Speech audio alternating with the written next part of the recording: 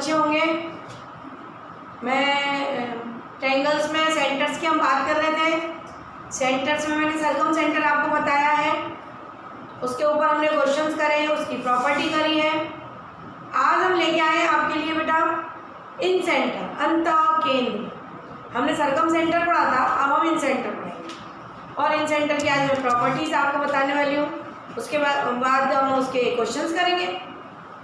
तो यहाँ से समझ लीजिए अब आप कि इन सेंटर मतलब क्या। पहले भी मैंने डेफिनेशंस तो आपको पहले भी बताई है फर्स्ट लेक्चर में, जब हम केंद्र की बात कर रहे थे कि त्रिभुज के अंदर जो केंद्र होते हैं, सेंटर्स ऑफ द ट्रायंगल, किस किस टाइप के होते हैं मैंने आपको बताया था। सर्कम सेंटर होता है, इन सेंटर होता है और सेंट्रॉइड होता है, ऑर्थो सेंटर होता है। आज हम कर रहे हैं इन सेंटर। सेकेंड नंबर है ये। पहले मैं पिछले वीडियो में आपके सामने समझा चुकी हूँ सर्कम सेंटर के बारे में। अब हम इन सेंटर की बात करेंगे। देखिए बेटा इन सेंटर क्या होता है, अगर ये ट्रायंगल है और अगर हम एंगल ABC के एंगल वाई सेक्टर खींचे, ये इसका एंगल वाई सेक्टर है, ये A/2 हुआ, ये इसका एंगल वाई सेक्टर है, ये B/2 हुआ, ये इसका एंगल वाई सेक्टर है, ये C/2 हुआ। और जहाँ ये एंगल वाई सेक्टर मीट करते हैं, जहाँ ये एंगल वाई सेक्टर इंटरसेक्ट करते हैं, उसको हम बोलते हैं आई, उसको हम बोलते हैं आई। आई मतलब इन सेंटर, उसको हम बोलते हैं इन सेंटर।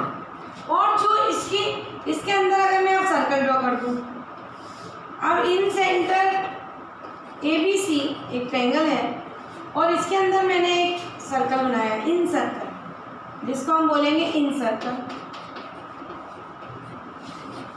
देखिए इसका कंस्ट्रक्शन अगर हम समझ लें तो ये आसान होता है। इसकी प्रॉपर्टीज ये आए हैं और देखिए कोई भी सर्कल खींचना है तो मुझे सर्कल खींचने की क्या चाहिए, सेंटर चाहिए और रेडियस चाहिए। अगर मेरे पास सेंटर है और रेडियस है तो हम क्या खींच सकते हैं, उसका इन सर्कल बना सकते हैं। तो देखिए इसके एंगल बाइसेक्टर से इसका सेंटर तो हमें पता चल गया। देखिए इसके एंगल बाइसेक्टर से इसका हमें सेंटर पता चल गया, इसको हमने बोला आई। लेकिन सेंटर पता चलने से सर्कल नहीं बनेगा, हमें क्या चाहिए, रेडियस। अब इसमें जो रेडियस होती है वो साइड से इक्वल डिस्टेंस पर होती है। जो रेडियस होती है, रेडियस जो होती है इसकी, रेडियस को हम बोलते हैं स्मॉल आर। और ये जो है equi distance from the side, equidistant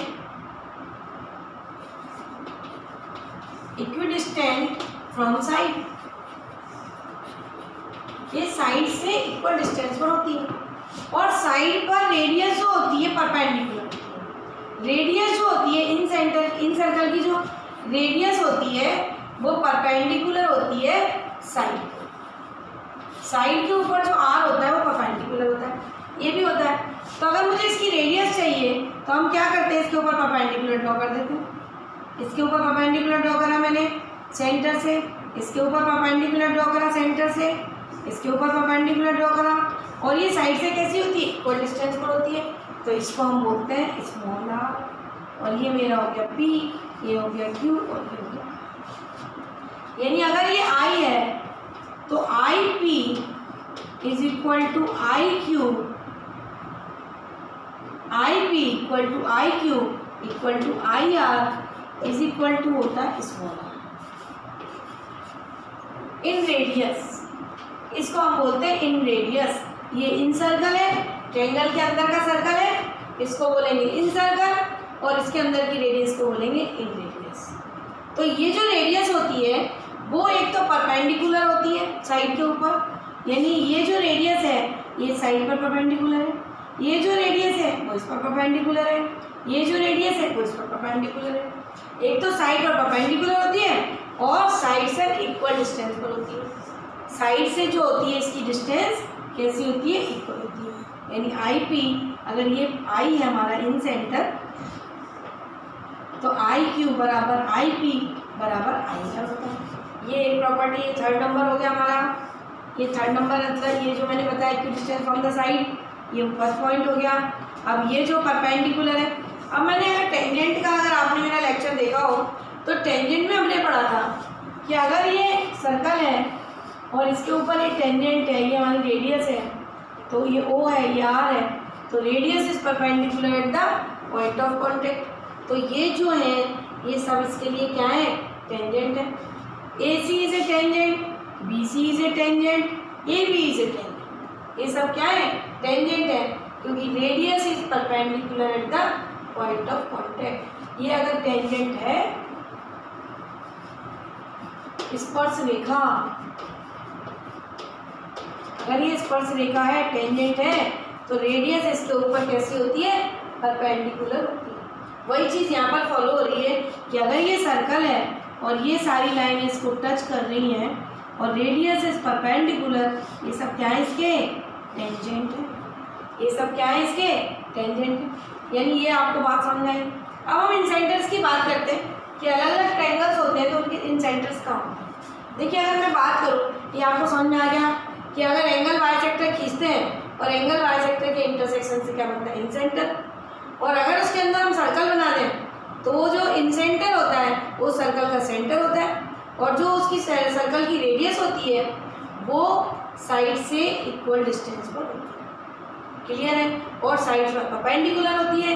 इसका मतलब है ये सर्कल के ऊपर टच करने वाली लाइनें हैं, जब ये लाइन टच करती हैं तो ये क्या होती है, स्पर्श रेखाएं टेंजेंट होती है। क्लियर है, यहाँ तक आपको समझ में आया। अब हम आगे थोड़ा बढ़ते हैं, इन सर्कल के बारे में बात करते हैं। देखिए इन सर्कल के बारे में बात करते हैं। अब ये जो इंसेंटर होता है, ये मेरा एक्यूट एंगल ट्रायंगल है, ये मेरा एक्यूट एंगल ट्रायंगल है, न्यून कोण त्रिभुज, acute angle triangle, acute angle triangle है, न्यून कोण त्रिभुज।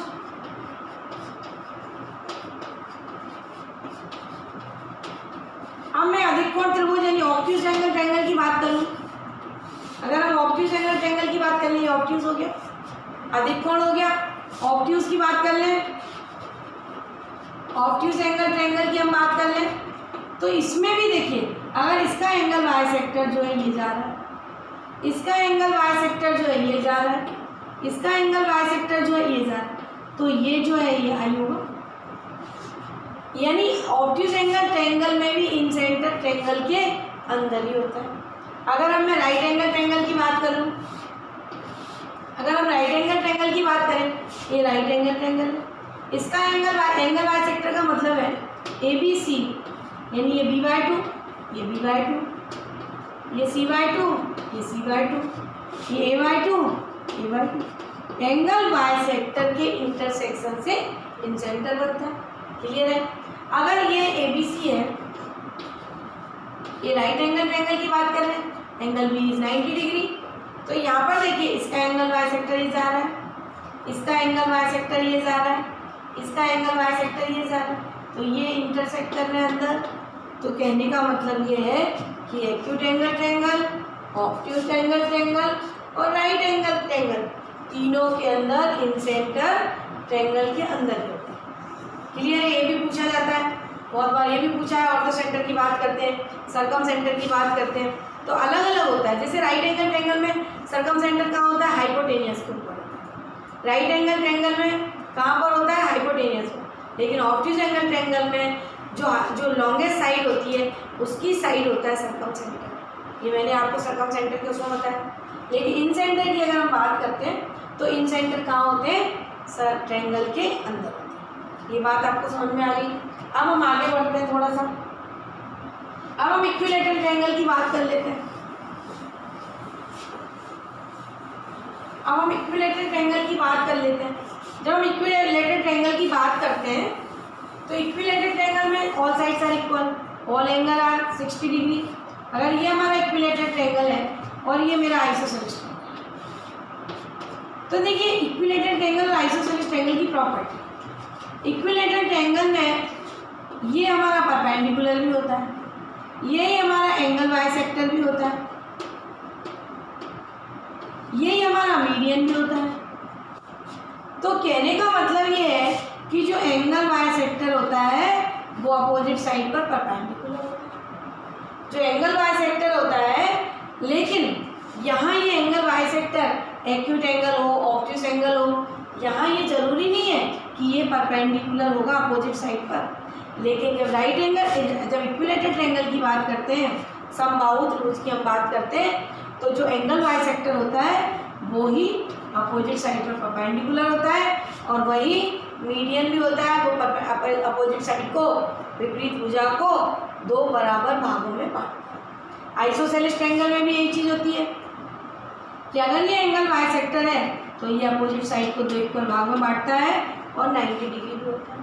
अगर ये समद्विबाहु त्रिभुज की बात करें तो देखिए समद्विबाहु त्रिभुज में अगर हम कॉन्ग्रुएंसी से करें तो ये बराबर ये बराबर और ये बराबर है, ऐसी कॉन्ग्रुएंसी लग गई, साइड एंगल साइड, तो ये बराबर इसके हो गया और लीनियर पेयर से ये 90 हो गए। यानी अगर हम आइसोसेलेस ट्रायंगल की बात करें, समद्विबाहु त्रिभुज की बात करें और इक्विलेटरल ट्रायंगल की बात करें तो जो एंगल बाइसेक्टर होता है वो अपोजिट साइड पर परपेंडिकुलर होता है। और आइसोसेलेस ट्रायंगल की बात करें तो यहाँ भी जो एंगल बाइसेक्टर होता है वो कैसा होता है, अपोजिट साइड पर परपेंडिकुलर। ये बात आपको समझ में आई, जबकि acute angle obtuse angle triangle में ये चीज़ नहीं होती। क्लियर है? अब नेक्स्ट पॉइंट पर हम आते हैं कि अगर ये इन रेडियस है,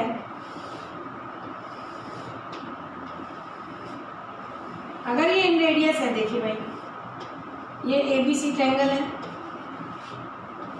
अपोजिट साइड को A, B के अपोजिट साइड को B, C के अपोजिट साइड को क्या बोलते हैं, C बोलते हैं। अभी हमने पढ़ा कि ये एंगल बाइसेक्टर से बनता है, ये एंगल बाइसेक्टर से बनता है, मैंने इसको ज्वाइन कर दिया कि आइए अब ये जो है इसके ऊपर क्या है, परपेंडिकुलर। तो इस ट्रायंगल का जो एरिया होगा, इस ट्रायंगल का जो एरिया होगा BIC का जो एरिया होगा वो क्या होगा, base half into base into height. Base क्या है इसका, BC यानी A, हाइट क्या है इसकी R। तो देखिए अगर मुझे इन रेडियस निकालना है तो हम कैसे निकालेंगे, इन रेडियस निकालना है मुझे तो हम कैसे निकालें। तो आप ध्यान से देखिए इसको कि अगर ये ट्रायंगल मैंने अगर फॉर्म कर दिया, ये देखिए ये इन सेंटर है तो ये एंगल बाइसेक्टर है, ये एंगल बाइसेक्टर है, ये एंगल बाइसेक्टर। ध्यान रखना है ये सारी प्रॉपर्टीज क्वेश्चंस में काम आएंगी। मैं जो पॉइंट्स बोल रही हूँ यहाँ पर, ये सारे पॉइंट्स ध्यान रखने कि इन सेंटर अगर उसने वर्ड बोला यानी सीधा सा मतलब है कि वो बोल रहा है एंगल बाइसेक्टर गिवन है, एंगल बाइसेक्टर के इंटरसेक्शन से इन सेंटर अंतः केंद्र बनता है। अब मुझे इस ट्रायंगल का एरिया चाहिए, एरिया ऑफ ट्रायंगल ABC। तो देखिए आप देखिए एरिया ऑफ ट्रायंगल ABC है, ये 3 पार्ट से मिलकर बन रहा है। एरिया ऑफ ट्रायंगल जो ABC है वो देखिए 3 पार्ट से मिलकर बन रहा है। एक पार्ट तो हमारा ये है, दूसरा पार्ट हमारा ये है और तीसरा पार्ट हमारा ये। क्लियर है, दिख रहा है आपको कि एक पार्ट जो है हमारा BIC है, एक पार्ट जो है हमारा AIC है और तीसरा पार्ट जो है हमारा AIB है। अगर इन तीनों को हम जोड़ दें, अगर ABC का एरिया चाहिए मुझे ABC ट्रायंगल का, तो अगर इन तीनों को जोड़ दें, तीनों को प्लस कर दें तो ABC का एरिया बनेगा। तो आप देखिए half into A into R, ये साइड का नाम हमारा क्या है A, हाइट क्या है इस ट्रायंगल के लिए R, और ये क्योंकि radius is perpendicular at the point of contact, radius जो होती है हर साइड पर परपेंडिकुलर होती है और साइड से बराबर दूरी पर होती है। ये सेंटर की प्रॉपर्टीज़ हैं कि जो रेडियस होती है वो साइड से इक्वल डिस्टेंस पर होती है और साइड पर परपेंडिकुलर होती है। Half into A into R, इसलिए half into base into height, ये इसकी हाइट हो गई, इसका बेस हो गया, प्लस हाफ इंटू, अगर मैं इसकी बात करूँ तो ये इसके लिए हाइट हो गई, ये R है, ये परपेंडिकुलर है, half into B into R। अगर हम इस ट्रायंगल की बात करते हैं तो ये इसका बेस हुआ और ये इसकी हाइट हुई, तो half into base into height. अगर हम इस ट्रायंगल की बात करें तो आप देखिए अलग से अगर आपको समझ में नहीं आ रहा है तो हम ऐसा अलग से बना लें, ये R परपेंडिकुलर, ये R है और ये A। अगर इधर से इस ट्रायंगल की हम बात करें तो ये परपेंडिकुलर है, ये हमारा B है और ये हमारा R है। तो इस ट्रायंगल का एरिया क्या होगा, half into B into R। और अगर हम इधर से बात करें तो ये हमारा R है और ये हमारा C है। और ये हमारा आर। क्लियर है? तो एक ट्रायंगल ये लिया, एक ट्रायंगल ये लिया और एक ट्रायंगल ये लिया। एक में half into C into R, एक में half into B into R, एक में half into R into A, और तीनों को ऐड कर दें तो किसका एरिया बनेगा? Area of triangle ABC. तो plus half into C into R. देखिए R is the inradius of the incircle. अब हाफ और आर को मैं कॉमन निकाल लूँ। हाफ और आर को हमने कॉमन निकाला तो हमारा बन गया ए प्लस बी प्लस। देखिए हाफ सब में है, बाहर आ गया, आर सबके अंदर है, बाहर आ गया, तो हमारे पास बन गया ए प्लस बी प्लस। ठीक है। अब एरिया ऑफ ट्रायंगल का सिंबल होता है डेल्टा। ये ऐसा सिंबल बनाते हैं, उसको हम बोलते हैं एरिया ऑफ ट्रायंगल। अब आपको मालूम है कि कोई भी अगर ट्रायंगल है और उसकी अगर साइड हमें दे रखी है, ए है, ये बी है, सी है, तो पेरीमीटर होती है ए प्लस बी प्लस सी, लेकिन सेमी पेरीमीटर होती है A plus B plus C bye. Perimeter जो होती है सम ऑफ थ्री साइड्स होता है, सेमी पेरीमीटर जो होता है हाफ ऑफ पेरीमीटर होता है। तो एस इक्वल टू होता है सेमी पेरीमीटर, एस मतलब सेमी पेरीमीटर।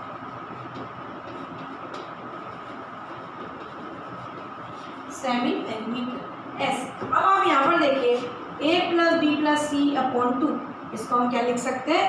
एस लिख सकते हैं। तो A plus B plus C divide by two को हम क्या लिख सकते हैं? यहाँ से एस लिख सकते हैं।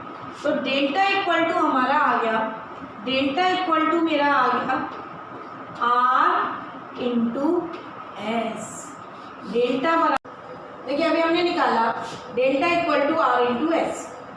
Delta equal to area of triangle ABC, R equal to inradius, S equal to semi perimeter. तो आर इक्वल टू लिख सकते हैं डेल्टा अपॉन एस। तो ऐसा याद नहीं रहे तो ऐसा भी ठीक है कि area of triangle R into S होता है, तो R equal to delta upon S हम लिख सकते हैं, निकाल सकते हैं, रटने की जरूरत नहीं रहती। हमें पता होना चाहिए कि हमने एरिया ऑफ ट्रायंगल से फाइंड करा था, इसको फॉर्मूले को ड्राइव किया था।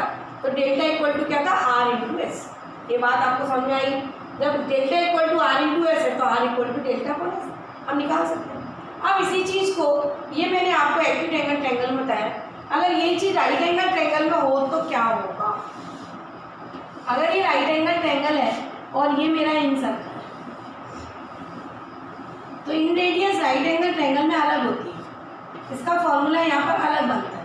ये मेरी परपेंडिकुलर साइड है, ये सपोज ये है, ये सपोज बी है और ये सी है, ये बी हो गया, ये ए हो गया और ये सी हो गया। ये रेडियस है, ये इन सर्कल, ये आर, ये आर। अब आप यहाँ पर देखिए, मैंने आपको बताया कि radius is perpendicular at the point of contact होती है। रेडियस जो होती है इन सर्कल की, जो रेडियस होती है वो तीनों साइड से बराबर दूरी पर होती है, इक्वल डिस्टेंस पर होती है, और कैसी होती है? परपेंडिकुलर होती है। ये हमारी प्रॉपर्टी है, ये हमारी क्या है? प्रॉपर्टी है। ये हमारी क्या है? प्रॉपर्टी। अब आप यहाँ पर देखिए रेडियस इज परपेंडिकुलर था, और हम टेंजेंट की अगर बात करें, ये मैंने टेंजेंट में भी आपको बताया है कि अगर टेंजेंट की बात करें तो टेंजेंट फ्रॉम एक्सटर्नल पॉइंट्स, ये हमने पढ़ा हुआ है, ये हमारा सर्कल है, और ये अगर मेरा बाहरी पॉइंट है, बाहर पॉइंट है, एक्सटर्नल पॉइंट है, ये ए है, ये बी है, तो P A equal to P B होता है। Tangent from external points are equal, हम प्रूव कर चुके हैं। हम टेंजेंट का जो हमारा वीडियो है उसमें हम tangent from external points are equal होता है, ये हम प्रूव कर चुके हैं। Radius is perpendicular at the point of contact होती है, ये हम प्रूव कर चुके हैं। वही चीज़ यहाँ पर भी है कि अगर ये इसकी साइड्स हैं और ये जो है टेंजेंट की तरह काम करेंगे तो ये एक्सटर्नल पॉइंट हो जाएगा, क्योंकि यहाँ पर ये परपेंडिकुलर है। ध्यान देना है, यहाँ पर देखिए ये एक्सटर्नल पॉइंट है और ये रेडियस इस पर परपेंडिकुलर है, तो पी वी इक्वल टू क्या होता है? तो यहाँ पर भी आप देखिए कि अगर ये मेरा एक्सटर्नल पॉइंट है तो ये जो डिस्टेंस है वो इस डिस्टेंस के बराबर होगी। तो यहाँ पर आप देखिए ये जो है ये आर है, ये भी आर है, तो आप देखिए ये 90 डिग्री है, ये आर है, ये आर है, एडजेसेंट साइड्स आर इक्वल, तो ये क्या बन गया हमारा? स्क्वायर। आप ये देखिए ये सेंटर है आई, ये आर है, ये आर है, अपोजिट साइड्स आर इक्वल, तो ये भी आर है, अपोजिट साइड्स आर इक्वल, ये भी आर है, all sides are equal, it is a square, और ईच एंगल इज 90, ये 90 है, radius is perpendicular at the point of contact, ये 90 है, तो ये हमारा क्या बन गया, स्क्वायर। जब हमारा ये स्क्वायर बन गया, ये आर है, तो ये क्या हो जाएगा, बी माइनस आर। ये यहाँ से यहाँ तक की डिस्टेंस हमारी कितनी आ जाएगी, ये यहाँ से यहाँ तक की डिस्टेंस हमारी कितनी है, ये टोटल हमारा बी है, बी के अपोजिट साइड को बी बोलते हैं, सी के अपोजिट साइड को सी बोलते हैं, ए के अपोजिट साइड को ए बोलते हैं। और tangent from external points are equal होता है, अगर ये डिस्टेंस मेरी आर है तो ये बची हुई डिस्टेंस कितनी हो गई, बी माइनस आर। क्लियर है। अब ये जो बची हुई डिस्टेंस है, ये यहाँ से यहाँ तक मेरी कितनी हो गई, अगर ये टोटल ए है और ए में से आर कम करें तो ये कितना हो गया हमारा, ए माइनस आर, क्योंकि टोटल हमारा ए के सामने वाली साइड को हमने, ए के सामने वाली साइड हमारी क्या है,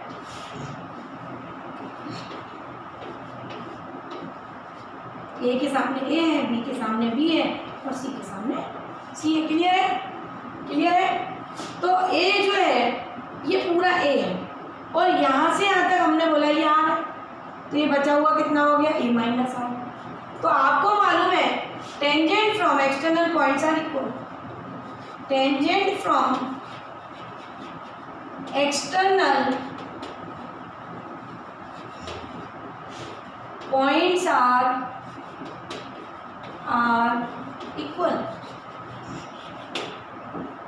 तो यहां से देखिए अगर ये बी माइनस आर है तो यहां से यहां तक हमारा कितना होगा, बी माइनस आर होगा। ये बात समझ आई आपको। Tangent from external points are equal, अगर ये x है तो ये x होगा, ये b माइनस आर है तो ये b माइनस आर होगा, अगर ये a माइनस आर है तो ये भी a माइनस आर होगा। P A equal to P B होता है। बिंदु से खींची गई स्पर्श रेखाओं की लंबाई बराबर होती है, बिंदु से खींची गई स्पर्श रेखाओं की लंबाई बराबर होती है। Tangent from external point are equal. ये चीज़ें मैं टेंजेंट में बहुत अच्छे से एक्सप्लेन कर चुकी हूँ। अगर आपको यहाँ प्रॉब्लम आती है तो आप टेंजेंट का वीडियो खोल के उसका बेसिक वहाँ से क्लियर कर सकते हैं। ये देखिए ये बी एक्सटर्नल पॉइंट है, ये अगर ए माइनस आर है तो ये यहाँ से यहाँ तक भी क्या होगा, ए माइनस आर होगा। ये यहाँ से यहाँ तक भी क्या होगा हमारा, ए माइनस आर, क्योंकि tangent from external points are equal, tangent from external points are equal. तो ये ए माइनस आर है तो ये भी ए माइनस आर हो। अब आपको मालूम है ये ए बी की लेंथ कितनी है, सी। आपको मालूम है ए बी की लेंथ कितनी है, सी, यानी सी जो है वो किसके बराबर है, B minus R plus A minus R के बराबर है। ये जो सी है वो किसके बराबर है हमारा, ये जो सी है यहाँ से आप देखिए ये जो ए बी की लेंथ है वो क्या है, सी। तो सी को अगर हम जोड़ेंगे तो ये काय के बराबर, ए माइनस आर और बी माइनस आर को प्लस कर दें तो काय के बराबर आएगा, सी के। तो यहाँ से देखिए C equal to A minus R plus B minus R. अब आप देखिए C equal to A plus B minus 2r। मुझे चाहिए इन रेडियस इज आर, तो 2r को इधर लाएंगे तो 2r equal to A plus B minus C, यानी r इक्वल टू होता है a plus B minus C divide by 2। कहने का मतलब है कि जो a और b क्या है, परपेंडिकुलर साइड्स। a और b क्या है, परपेंडिकुलर साइड, यानी sum of the perpendicular side minus hypotenuse divide by 2 inradius होती है। तो हम ऐसा भी लिख सकते हैं ट्रायंगल के हिसाब से, A C plus B C minus A B divide by 2, यानी sum of the perpendicular side minus the hypotenuse divide by 2।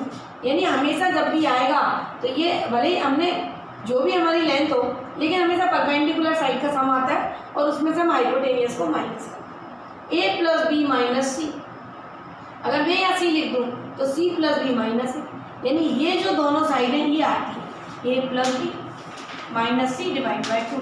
तो ये हमारी जब अगर राइट एंगल ट्रायंगल होता है तो इन रेडियस क्या होती है, A plus B minus C divide by 2।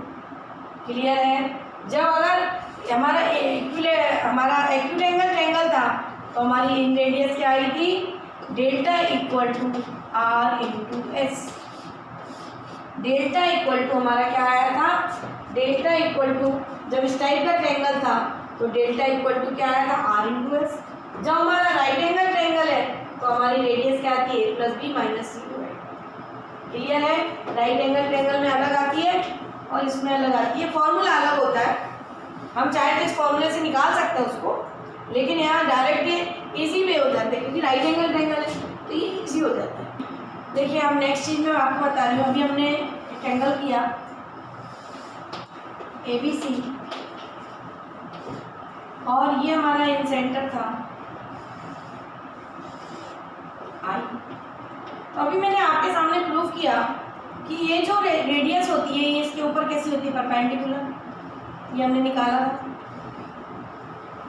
तो जो एरिया का रेशियो अगर मैं बोलूँ तो साइड के रेशियो के बराबर होता है। जैसे हमने बोला area of triangle BIC is to area of triangle AIC is to area of triangle AIB। Corresponding sides के रेशियो के बराबर होता है। देखिए आप ध्यान से कैसे होगा, इसका देखिए half into base into height, half into base into height, half into base into height, half into height तो बराबर है, तीनों में कैंसिल हो जाएगी। तो अगर हम रेशियो लिखेंगे तो रेशियो में क्या बचेगा, इसकी साइड। तो अगर BIC है तो इसकी साइड क्या है, A, तो A इज टू AIC है तो इसकी साइड क्या है, B। AIB है तो इसकी साइड क्या है, C। यानी जो इन सेंटर और साइड से जो ट्रायंगल फॉर्म होते हैं, इन सेंटर है ये और ये जो साइड है इससे ये ट्रायंगल फॉर्म हो रहा है, वो जो ट्रायंगल्स के रेशियो होते हैं वो करस्पॉन्डिंग साइड्स के रेशियो के बराबर होते हैं। समझ में आया। और वैसे भी हमेशा ट्रायंगल जो होते हैं वो करस्पॉन्डिंग साइड्स के रेशियो में ही आते हैं। कैसे आते हैं, देखिए हमें मालूम है एरिया ऑफ ट्रायंगल जो है ABC की अगर हम बात करें तो क्या होगा, half into base into height. अगर बेस बराबर होता है किसी भी ट्रायंगल का तो रेशियो काय में आएगा, हाइट में आएगा। अगर हाइट बराबर है तो रेशियो काय में आएगा, बेस में आएगा। जैसे अगर हम मीडियन की बात करें, देखिए अगर जैसे ये मीडियन है तो median divide the cosine into equal part. और मुझे अगर ABC का एरिया चाहिए, मुझे अगर ABC का एरिया चाहिए या मुझे इसका एरिया चाहिए, तो आप देखिए ये साइड के रेशियो के बराबर होगा क्योंकि दोनों में इसकी हाइट तो सेम ही है। इस ट्रायंगल की जो हाइट है वो दोनों ट्रायंगल के लिए सेम है। तो जो एरिया होगा वो किसके रेशियो में होगा, साइड्स के रेशियो में होगा। जो एरिया होगा वो किसके रेशियो में है, साइड। और अगर ये साइड्स बराबर है तो एरिया भी कैसा हो जाएगा, बराबर हो जाएगा क्योंकि हाइट दोनों के लिए क्या है, सेम है। तो हमेशा जो होता है एरिया जो होता है वो करस्पॉन्डिंग साइड्स के रेशियो में होता है अगर उनकी हाइट इक्वल है। तो यहाँ पर जो है हमने जो बात की है, यहाँ पर जो R है, यहाँ पर भी ये जो है R है, यहाँ पर भी जो परपेंडिकुलर है ये R है। तो तीनों ट्रायंगल्स के लिए देखिए हाफ कैंसिल हो जाएगा, R कैंसिल हो जाएगा क्योंकि एरिया ऑफ ट्रायंगल क्या होगा, half into R into A. Area of triangle क्या होगा, half into R into B।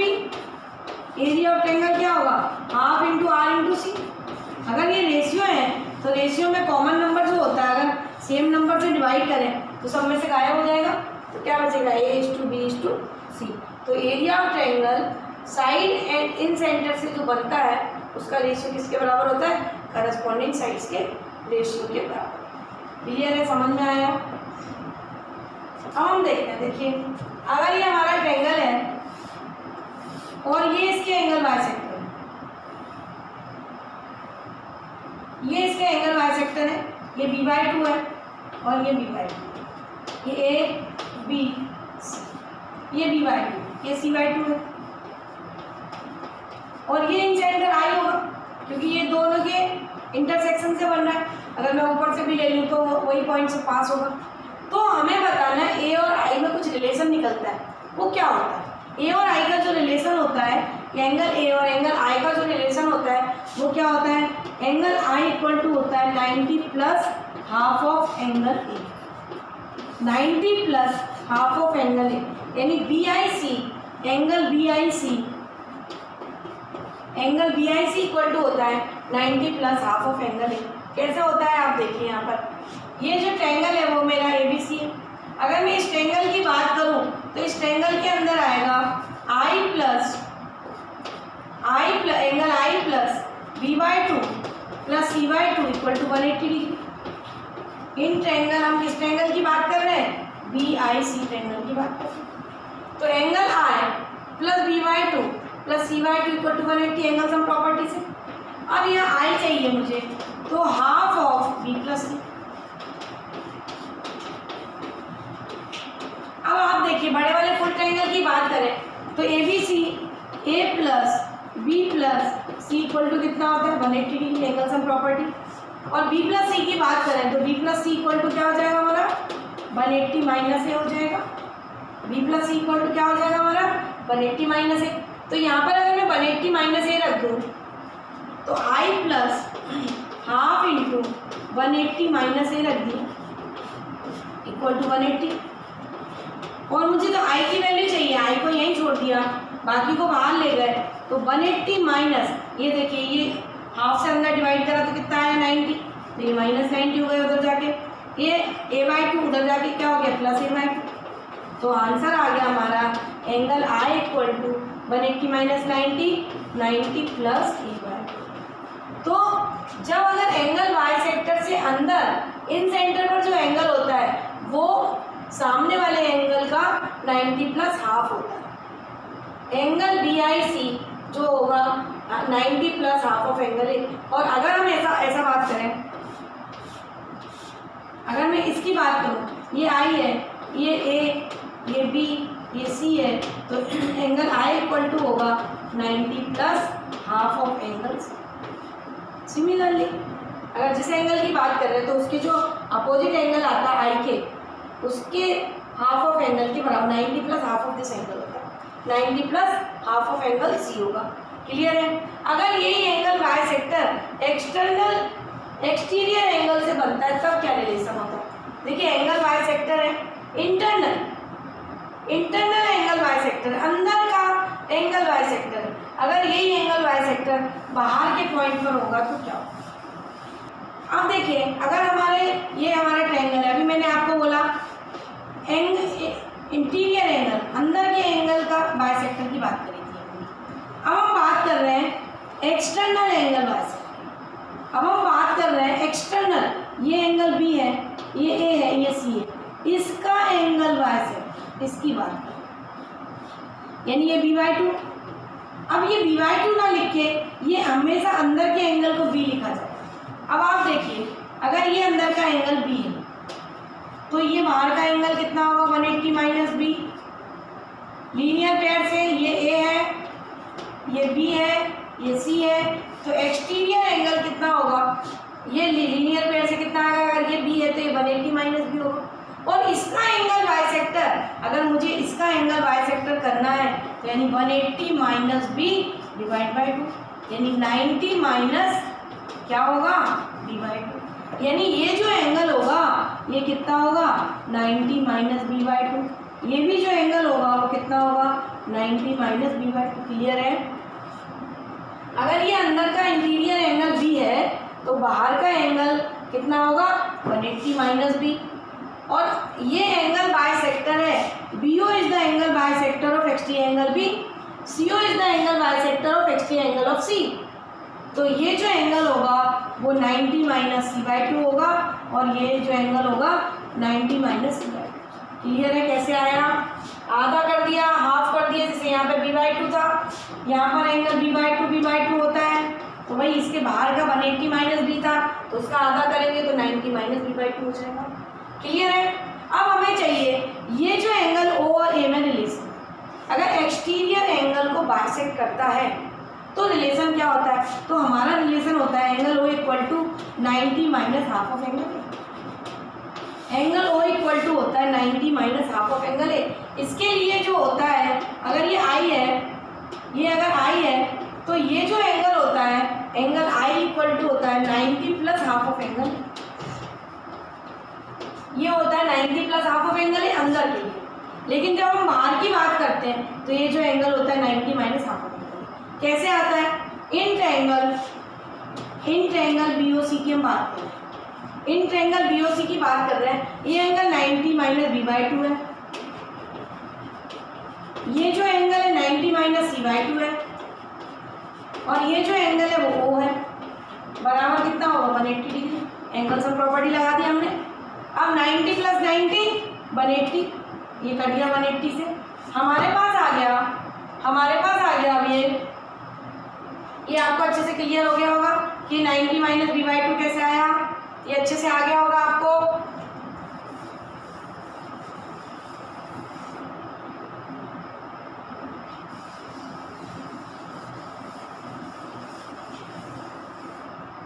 अब देखिए ये क्या बचा मेरे पास, एंगल O ये माइनस दोनों में से कॉमन ले लें, तो ये आ गया B/2 plus C/2 is equal to 0। Clear है, ये आ गया हमारे पास B/2 plus C/2, minus common निकाल लिया। अब ये देखिए एंगल O बराबर हो गया B/2 प्लस C/2। क्लियर है। अब ये जो एंगल सम प्रॉपर्टी होती है A plus B plus C equal to 180 degree, ये आपको मालूम है एंगल सम प्रॉपर्टी। तो यहाँ पर जो है हाफ कॉमन निकालना है, ये हो गया हमारा B प्लस C। तो B प्लस C की जगह हम क्या लिख सकते हैं 180 माइनस A। इस B प्लस C की जगह हम क्या लिख सकते हैं 180 माइनस A। 180 माइनस A लग दिया और हाफ से डिवाइड कर दिया, तो angle O equal to 90 minus half of angle A। यानी अगर एक्सटीरियर एंगल से डिवाइड करते हैं तो क्या आता है 90 minus half of angle A, 90 minus half of angle A। और अगर हम इंटीरियर को डिवाइड करते हैं तो क्या आता है 90 plus half of angle A। Clear है कैसे निकालना है, अच्छे से समझ में आया। अब हम एक और चीज़ करते हैं, देखिए अब इसी में बहुत अच्छे से आपको आ गया होगा कि ये जो एक्सटीरियर एंगल था उसको लीनियर पेयर से निकाला, उसका आधा कर दिया, उसको लीनियर पेयर से निकाला आधा कर दिया, इसमें एंगल सम प्रॉपर्टी लगा दी। जब हम अंदर की बात करते हैं तो अंदर एंगल सम प्रॉपर्टी लगती है, बाहर की बात करते हैं तो बाहर एंगल सम प्रॉपर्टी। क्लियर है। अब हम आते हैं एक और नई चीज पर। अब यहाँ पर आप ध्यान से देखिए, ये इंटीरियर एंगल का एंगल बाइसेक्टर है जिसको हम आई बोलते हैं, ये A। और ये एक्सटीरियर एंगल का एंगल बाइसेक्टर जिसको हम O बोलते हैं। तो I प्लस O में क्या रिलेशन होता है, I प्लस O में क्या रिलेशन होता है ये बता दीजिए आप मुझे। अब आप यहाँ पर देखिए ये एंगल मेरा जो है, अगर मैं इसको यहाँ पे करूँ तो ये मेरा कितना है B/2, ये कितना है B/2, क्योंकि ये एंगल बाइसेक्टर है, इससे I बन रहा है। ये बाहर का एंगल बाइसेक्टर है, ये 90 माइनस B/2 है, ये 90 माइनस B/2, 90 माइनस C/2 है, ये C/2, ये A, ये B, ये C। क्लियर है। ये भी आपके सामने लिखा हुआ है कि ये वाला एंगल कितना होगा 90 माइनस C/2, ये वाला एंगल कितना होगा 90 माइनस B/2। और अगर इंटीरियर एंगल का एंगल बाइसेक्टर है तो ये B/2, ये B/2। अगर इन दोनों को हम जोड़ दें, देखिए इस एंगल को जोड़ दें तो एंगल IBO बराबर कितना हो जाएगा 90 डिग्री। B/2 कैंसिल हो जाएगा 90। एंगल ICO बराबर कितना हो जाएगा 90 डिग्री। तो आप इसमें देखिए क्वाड्रिलेटरल, ये हमारा बन गया क्वाड्रिलेटरल BICO, ये हमारा क्वाड्रिलेटरल। और क्वाड्रिलेटरल में दो एंगल का सम कितना है 180 डिग्री।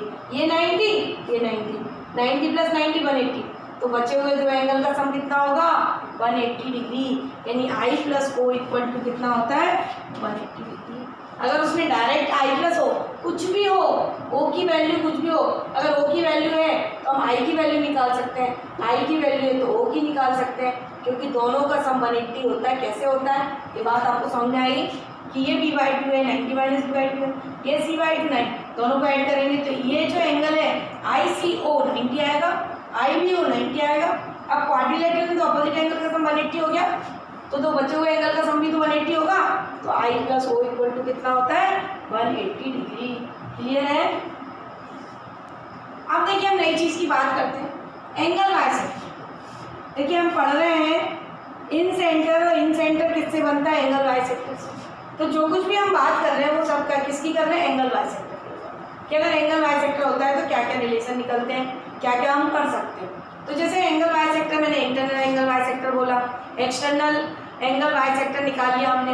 अब इसमें भी वो चीज़ है कि ABC।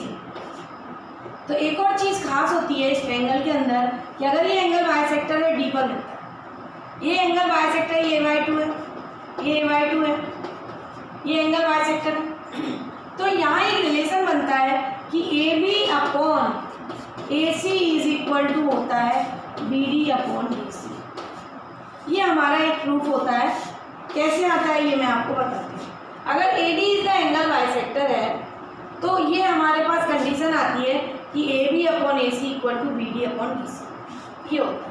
अब ये कैसे होता है, सपोज इसको मैंने B बोला, इसको मैंने C बोला, इसको मैंने X बोला, इसको Y बोला, तो हमारे पास रिलेशन होता है C upon B equal to X upon Y। Clear है? ये हमारा relation C upon B equal to X upon Y आता कैसे है ये देखिए, मैं आपके सामने प्रूफ कर रही हूँ कि अगर ये जो एंगल है, अगर ये थीटा है तो ये कितना हो जाएगा 180 माइनस थीटा हो जाएगा। अगर ये एंगल थीटा है तो ये कितना हो जाएगा 180 माइनस थीटा। और मैंने आपको पिछले वीडियो में साइन रूल बताया हुआ है, इसको हम साइन रूल से कर रहे हैं। तरीके तो और भी हैं, हम इसको बीपीटी से कर सकते हैं, बेसिक प्रोपोर्शनैलिटी थ्योरम से भी कर सकते हैं। मेन हमको ये पता होना चाहिए कि ऐसा होता है। ये प्रूफ हम इसलिए आपको करवाते हैं जैसे प्रूफ से आपको वो चीज़ याद रहे। प्रूफ करवाने का तरीका ये, प्रूफ इसलिए करवाया जाता है जिससे बच्चों को मेमोरी में बैठ जाए। बाकी हमें रिजल्ट याद होने चाहिए और रिजल्ट प्रैक्टिस से याद होते हैं। जितने नंबर ऑफ क्वेश्चंस करते हैं, बार बार करते हैं, बार बार इन चीज़ों को रिपीट करते हैं, तो हमें रिजल्ट याद हो जाते हैं। अब देखिए ये साइन रूल से, अगर मैं यहाँ पर साइन रूल लगाऊँ तो साइन थीटा अपॉन C आएगा, C अपॉन साइन थीटा ये आएगा। अगर मैं यहाँ पर साइन रूल लगाऊँ इस ट्रायंगल में, इन ट्रायंगल ABD, अगर इन ट्रायंगल ABD में मैं साइन रूल लगाऊँ ABD, तो देखिए अगर यहाँ इस एंगल की बात करें तो इसके सामने वाली साइड आएगी तो C अपॉन साइन थीटा आएगा। अगर हम इसकी बात करें तो यहाँ पर क्या आएगा X अपॉन साइन A/2 आएगा। क्लियर है? अगर हम इस ट्रायंगल की बात करें, in triangle ADC, in triangle ADC की बात करें तो आप यहाँ पर देखिए कि ये जो है 180 माइनस थीटा है तो B upon sign 180 minus theta है।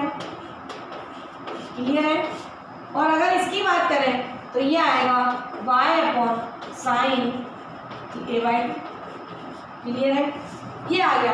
अब देखिए आपको पता होना चाहिए, ये हम ट्रिग्नोमेट्री में पढ़ते हैं, ये फर्स्ट क्वाड्रेंट होता है, ये सेकंड क्वाड्रेंट होता है, ये थर्ड होता है और ये फोर्थ होता है। ये 0 डिग्री होता है, ये 90 डिग्री होता है, ये 180 डिग्री होता है, ये 270 डिग्री होता है और वापस से ये 360 डिग्री होता है। और एंगल हमेशा एंटी क्लॉकवाइज घूमता है। एंगल हमेशा कैसा घूमता है? Anti clockwise. और इसका मतलब है ये फर्स्ट क्वाड्रेंट में A लिखा जाता है, सेकंड क्वाड्रेंट में ASTC, आलू का समोसा टमाटर की चटनी, ASTC लिखते हैं, ASTC, आलू का समोसा टमाटर की चटनी, ऐसा हम याद रख सकते हैं। A का मतलब है ट्रिग्नोमेट्रिक रेशियोज की मैं बात करूँ, और trigonometric ratios are positive in first quadrant. Second quadrant S किसको रिप्रेजेंट करता है? साइन थीटा को। तो सेकेंड क्वाड्रेंट में जो होता है हमारा साइन कैसा होता है? पॉजिटिव। थर्ड क्वाड्रेंट में हमारा टेन पॉजिटिव होता है, फोर्थ क्वाड्रेंट में हमारा कॉस पॉजिटिव होता है। तो अगर हम बात कर रहे हैं 180 माइनस थीटा, यहाँ पर मैं क्यों समझा रही हूँ ये चीज़, क्योंकि यहाँ पर हमारा आया साइन 180 माइनस थीटा, और साइन 180 माइनस थीटा की बात करेंगे सेकेंड क्वाड्रेंट। 180 में से हम कुछ भी माइनस करेंगे, देखिए आप यहाँ पे ध्यान से, 180 में से कुछ भी माइनस करेंगे, किस क्वाड्रेंट की बात करेंगे हम? सेकेंड क्वाड्रेंट की बात करें, और सेकेंड क्वाड्रेंट में एक्स पॉजिटिव होता है तो साइन कैसा आएगा? पॉजिटिव। और जब हम 0 to 180 हॉरिजॉन्टल लाइन की बात करते हैं तो साइन का रिप्रेजेंटेशन साइन ही होता है, कॉस का रिप्रेजेंटेशन कॉस होता है, टेन का रिप्रेजेंटेशन टेन होता है। तो यहाँ पर इसकी जो वैल्यू आएगी वो हमारी क्या आएगी? B upon sine theta. B upon sine theta is equal to Y upon sine theta. देखिए मैंने इसलिए बताया, अभी मैं डायरेक्ट लिख देती sine 180 minus theta sine theta, तो बच्चों को लगता कहाँ से आ गया, तो ये कहाँ से आया? ये क्वाड्रेंट से आता है, ट्रिग्नोमेट्री में हम पढ़ते हैं। क्लियर है? अब ये इक्वेशन 1 और ये इक्वेशन 2 आप देखिए, दोनों में sine theta sine A/2, sine theta sine A/2, तो इसको अगर हम डिवाइड कर दें तो C upon B equal to X upon Y आ जाएगा। C अपॉन B, अगर देखिए मैं इस इक्वेशन को इससे डिवाइड कर दूं तो C upon sine theta upon B upon sine theta, X upon sine A by two upon Y upon sine A by two. तो साइन ए बाई टू से sine A by two cut गया, sine theta cut गया, तो हमारे पास क्या आ जाएगा, इन दोनों से equation number 1 divided by equation number 2, इससे हमारा आ जाएगा C upon B equal to X upon Y. ये हमारा आ जाएगा C upon B equal to X upon Y. ये मैंने आपको बताया कि अगर A D is the angle bisector तो सी और बी में रिलेशन होता है और ये करस्पॉन्डिंग साइड एक्स और वाई में C upon B equal to X upon Y. यानी अगर सी अपॉन बी है तो ये भी सी अपॉन बी के बराबर होगा। अगर ये 2-3 है तो ये भी 2-3 का रेशियो होगा। अगर ये 5-6 है 5-6 के रेशियो में है तो ये भी 5-6 के रेशियो में ही होगा। कहने का मतलब है कि ये जो एंगल बाइसेक्टर को जिस लाइन सेगमेंट से एंगल ए बनता है उसको डिवाइड जिस रेशियो में करता है ये एंगल बाइसेक्टर, उसी रेशियो में इसके बेस को डिवाइड करता है। C upon B divide by equal to X upon Y. Clear है, समझ में आया आपको ये चीज़ कि एंगल बाइसेक्टर जो साइड्स का रेशियो होता है उसी साइड्स में अपोजिट साइड को डिवाइड करता है। C upon B equal to X upon Y. ये बहुत इंपॉर्टेंट रिजल्ट है, इसके ऊपर क्वेश्चन आते हैं। देखिए इसके आगे थोड़ा सा और बढ़ते हैं और उसके बाद फिर नेक्स्ट वीडियो में हम कुछ नई चीज़ें करेंगे। यहाँ पर देखिए अब आप यहाँ पर ये सी अपॉन बी है तो हम ऐसा लिख सकते हैं C upon X equal to B upon Y लिख सकते हैं। देखिए क्रॉस मल्टीपल होता है, इसको यहाँ ला सकते हैं, इसको यहाँ ले जा सकते हैं, बिल्कुल ले जा सकते हैं। अब ये बराबर अगर मैंने मान लिया मन से के, इसको मन से के मान सकते हैं, मान लिया। और अगर मैं इनको ऐड कर दूँ तो C upon X equal to B upon Y is equal to क्या होगा मेरा C plus B upon X plus Y. ये इसको अगर प्लस करते तो ये वापस से के बराबर आता है। ये कैसे के बराबर आता है देख लीजिए आप। C upon X equal to B upon Y है, अगर मैं इनको जोड़ूँ C plus B upon X plus Y करूँ तो सी की वैल्यू मेरी क्या आएगी एक्स के और बी की वैल्यू मेरी क्या आएगी वाई के, और नीचे भी क्या लिखा हुआ है एक्स प्लस वाई। तो ये जो वैल्यू होती है एक्स प्लस वाई से एक्स प्लस वाई कट जाता है, काय के बराबर आती है के बराबर। तो ये जो है दिस इक्वल टू दिस होता है। और एक्स प्लस वाई की वैल्यू है, आपको मालूम है एक्स प्लस वाई किसके बराबर है, एक्स प्लस वाई किसके बराबर है, ए। यानी ये C upon X equal to B upon Y हमारा किसके बराबर होगा, C plus B upon A के बराबर होगा। क्लियर है, समझ में आया कि जो सी प्लस बी अगर मैं एक्स प्लस वाई के फॉर्म में लिखूँ यानी सी इक्वल टू जो एक्स इक्वल टू होता है यानी एक्स का जो रेशियो अगर मुझे बी डी चाहिए, मुझे अगर बी डी चाहिए तो एक्स इक्वल टू होता है A C upon B plus सी। अगर मुझे वाई चाहिए, अगर मुझे ये रेशियो चाहिए डी सी चाहिए तो डी सी इक्वल टू यानी वाई इक्वल टू आएगा A B upon B plus C. ये रिजल्ट्स हैं जो हमें समझ में आने चाहिए, ये रिजल्ट्स कैसे आते हैं। अगर x की वैल्यू चाहिए तो x की वैल्यू आती है A C upon B plus C, Y की वैल्यू चाहिए तो A B upon B plus C, ऐसा आता है। अब अगर देखिए कि अगर ये एंगल बाइसेक्टर है तो ये अच्छे से आपको रिजल्ट समझ में आए इसके।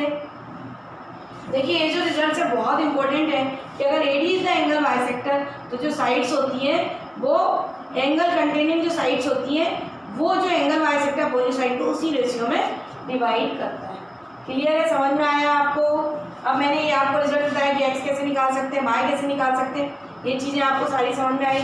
अगर देखिए ये सब थोड़ा सा इसका आगे का पार्ट है, थोड़ी सी और चीज़ें इसमें बची हुई हैं जो मैं नेक्स्ट वीडियो में लेके आपके लिए आऊँगी, क्योंकि बहुत लंबा हो जाएगा वीडियो अगर मैं इसको और आगे बढ़ाऊँगी तो थोड़ा लंबा जाएगा। तो मैं आगे की चीज़ें नेक्स्ट वीडियो में लेके आऊँगी। इसके बाद जो बचा हुआ पार्ट है आई और सी के बीच की डिस्टेंस फाइंड करना कैसे निकलता है, फिर अगर ये हम इसको एंगल बाइसेक्टर यहाँ से इसका खींचें तो ये किस रेशियो में डिवाइड करता है, ये चीज़ें हैं। बहुत सारी कुछ इंपॉर्टेंट चीज़ें अभी भी बची हुई हैं इन सेंटर में, उसके बाद हम क्वेश्चंस पर आएंगे। तो पहले जब तक मैं नेक्स्ट वीडियो में आपको क्वेश्चंस लेके आऊँ तब तक आप इसको रिवाइज करें, रिपीट करें और अच्छे से समझें जिससे आपको क्वेश्चंस बना सकें। और अगर आपको मेरा वीडियो समझ में आ रहा है तो सबसे पहले तो शेयर करिए, क्योंकि जितना आप दोस्तों का शेयर करेंगे, डिस्कस करके पढ़ेंगे तो आपको भी मज़ा आएगा और बहुत सारी नई नई चीज़ें मैं आपके लिए लेके आऊँगी। तो आप क्या करें, मेरे वीडियो को पसंद आ रहा है अगर आपको तो लाइक करें, शेयर करें, सब्सक्राइब ज़रूर करें और पढ़ते रहें। Thank you.